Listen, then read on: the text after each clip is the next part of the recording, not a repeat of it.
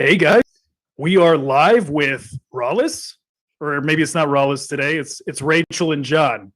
It looks like Rollis is taking a vacation, a much-deserved vacation, and so now we're taking over his LinkedIn Live for today, Growth Monday. So what I love about this is we have an opportunity to say how we really feel about Rollis on his LinkedIn, and he can't do anything about it. I wonder if he's even watching right now. So no, I'm kidding. And if there is anything to say, it's positive things. I love the guy. I think he's amazing. He's a great friend. He's very supportive. And I'm really excited to be here, joined with Rachel Druckenmiller. And she's going to be my co-host for the day. And we're going to get into, fittingly enough, Growth Monday. We're going to be talking a lot of different growth hacks, a lot of things that all of you can do to grow, whether it's on LinkedIn, through your businesses, or potentially growing into a new career that you might be searching for right now. So Rachel, why don't you go ahead and introduce yourself to the audience, and we'll get things going.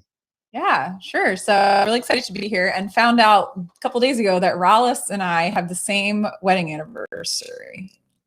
This is 1 in 365. So there's that. But yeah, I'm Rachel Druckenmiller and my company is called Unmuted, and I support organizations, leaders, and their teams to be more connected, engaged, and resilient so that they can perform better and be more likely to have people stick around and just have an overall better experience that has a ripple effect into their personal lives as well.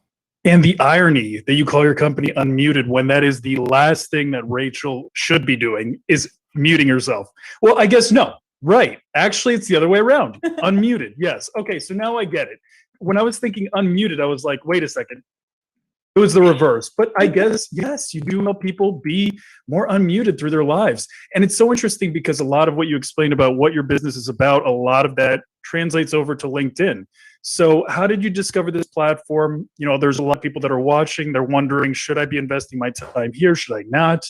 When did you recognize the opportunity on LinkedIn? Well, I joined LinkedIn as soon as I graduated from college, which was in 2006.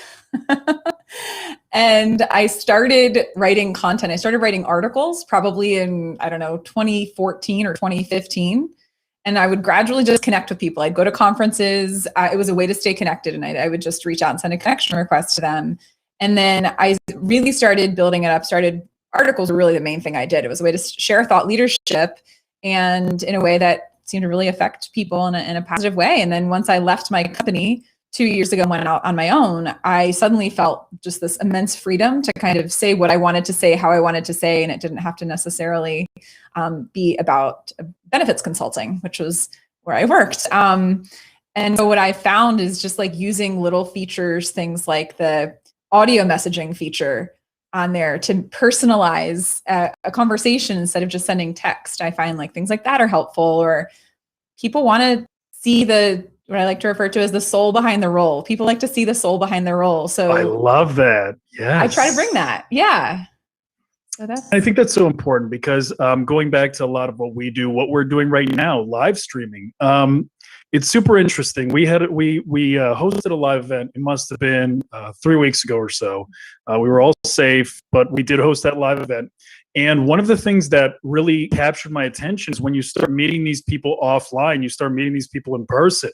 One thing that was almost shocking was the people that you typically saw on camera, you could connect with a lot faster than the people that simply had just their profile photo. I found myself not knowing the person's name immediately. It took me a second to recognize the other person, where the people that were constantly on camera, it's like, oh, I know this person, right? Yeah. It's the same with, video messaging, what have you. And I really do feel like that's the power of this, because when you do meet these person inevitably in person, you just feel more connected with them. You feel like you know them. You feel like they're like your friends in comparison to if somebody's just writing articles or text posts or even picture posts to a degree, you don't feel quite as connected. So I want to speak to that a little bit.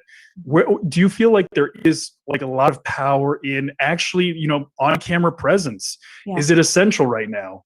Yeah. Well, I think LinkedIn's a good place to practice it.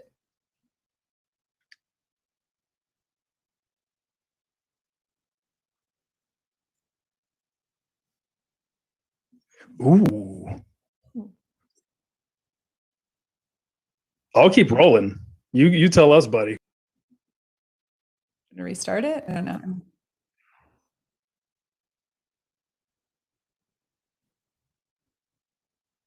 Okay. Cool. Cool. It's all good. LinkedIn can be a little funny sometimes. No worries. Okay.